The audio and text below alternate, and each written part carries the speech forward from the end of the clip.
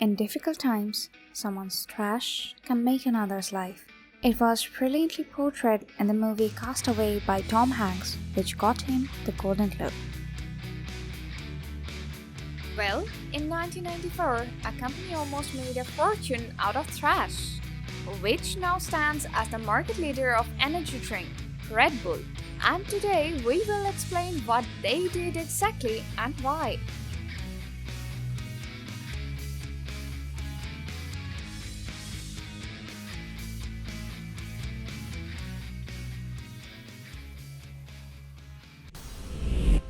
Every successful company of today has their own exceptional history of brilliant marketing tactics, from Colgate's toothbrush-like popsicle sticks to Tesla's $0 marketing.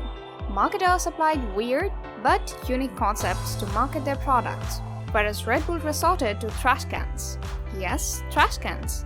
After the tremendous success in Austria, Red Bull started expanding their regime in Germany, Hungary, and other Eastern European regions. Along the way, Red Bull entered the UK market eventually, but the main issue was that the market of energy drinks didn't exist then at all.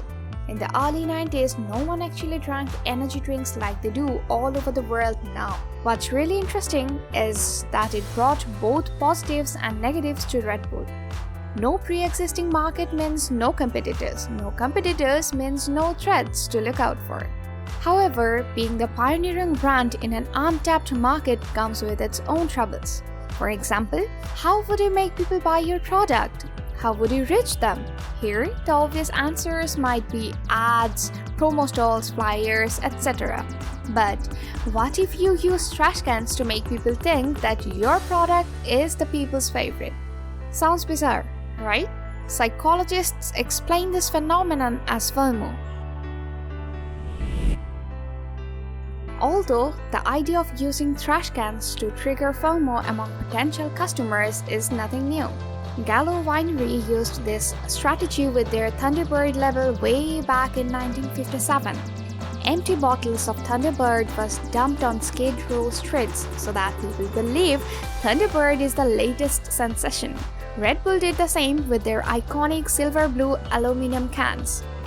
They produced thousands of aluminum cans, printed them, crushed and placed those in the street-side garbage gutters all around the cities of UK.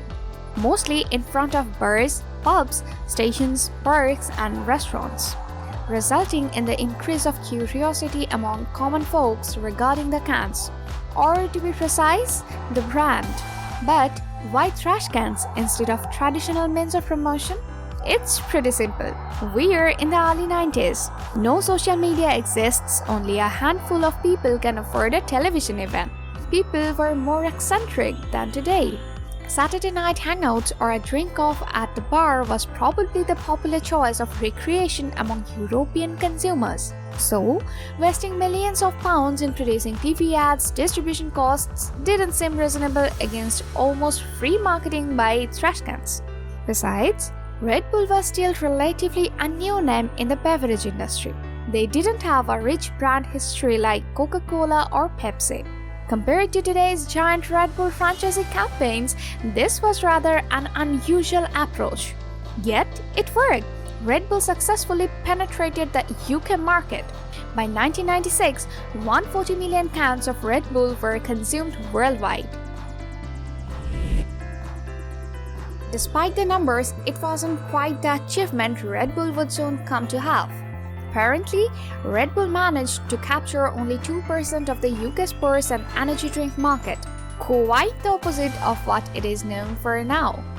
Next year, they changed the UK management team to reposition it as a functional energy drink, just like in Austria.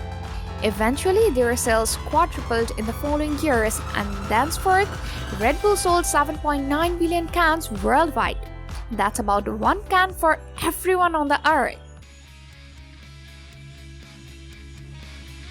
From a local Thai drink to a global brand owning the largest market share of energy drinks. Owner of 15 teams across 11 sports categories, standing at a market value of 16 billion euros. The journey of Red Bull is quite a compelling one, and therefore, what you should do is subscribe to the Corporate Guide for the upcoming case study on Red Bull. Don't miss it!